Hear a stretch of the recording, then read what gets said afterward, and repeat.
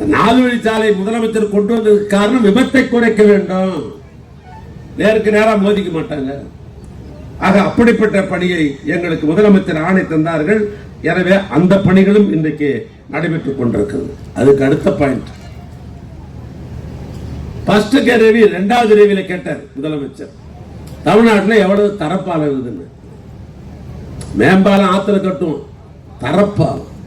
தரப்பாலம் எந்த காலத்துல பெரியவங்களாம் தெரியும், பிரிட்டிஷ்காரன் காலத்துல பல தரப்பாலங்கள்லாம் போடப்பட்டது. பொதுவா தரப்பாலம் எங்க இருக்கும்? ஓடை பகுதியில் இருக்கும், சிறு சிறு ஆறு பகுதியில் இருக்கும். இன்னும் சொல்ல போனால் கிராமத்திற்கும் நகரத்துக்கு வர்ற பகுதியில் தான் தரப்பாலம் இருக்கும். ஏன் கேட்கிறார் முதலமைச்சர்? நான் யோசிச்சு பார்த்தேன். அப்ப சொன்ன தமிழ்நாட்டில் தரப்பாலம் என்று எடுத்துக்கொண்டோம் என்று சொன்னால் 1281 தரப்பாலங்கள் தமிழ்நாட்டில் இருக்குதுன்னு சொன்னேன். அப்ப சொன்னார் இதுக்கு முக்கியத்துவம் தரணும். மழை பெஞ்சிடுது, 15 நாள் ஓடையில வெள்ளம் போயிட்டு இருக்கும், தரப்பாலம் மேல போவோம். ஸ்கூலுக்கு பையன் வர முடியுமா? ஸ்கூலுக்கு பையன் வர முடியாது இல்ல, தரப்பாலத்துல தண்ணி போச்சுன்னா அப்படி வர முடியும்? விவசாயி உற்பத்தி பண்றான், உற்பத்தி செய்யற விவசாய பொருள் எப்படி சந்தைப்படுத்த முடியும்? எங்கே கிராமத்துல கோழி வளர்க்கிறோம், முட்டையை உற்பத்தி பண்றோம், மார்க்கெட்டு கொண்டாடணும்.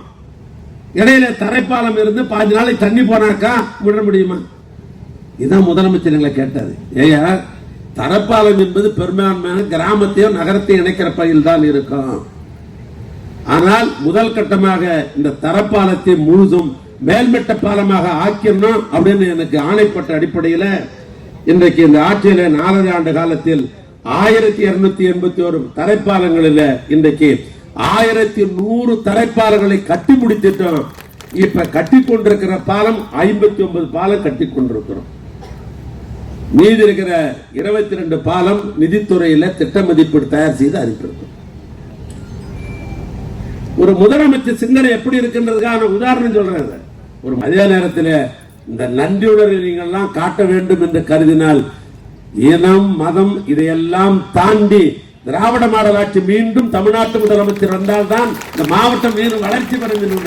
அந்த நன்றி உணர்வை 26 காட்டுகிறது.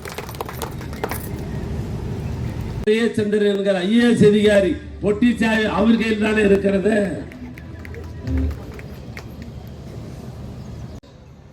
நான் சொன்ன மாதிரி இப்ப மீண்டும் யோசிச்சு பாருங்க. இடுபவன் தன்னவனாக இருந்தால் முதல் பந்தி உட்கார்ந்தா கடைசி பந்தி உட்கார்ந்தா கையில் இந்த நாமக்கல் மாவட்டத்தை சேர்ந்தவராக இருக்கிற காரணத்தினால் கோப்பு தாராளமாக அப்படியே குமார் என்னென்னலாம் என் துறையின் சார்பாக கருத்துக்களை சொன்னார்களோ அதையெல்லாம் நான் சொன்னதாக நீங்கள் எல்லாம் பதிவு செய்து கொள்ள வேண்டும் என்று இந்த நேரத்தில் நான் அவர்களே தான் இருக்கும்.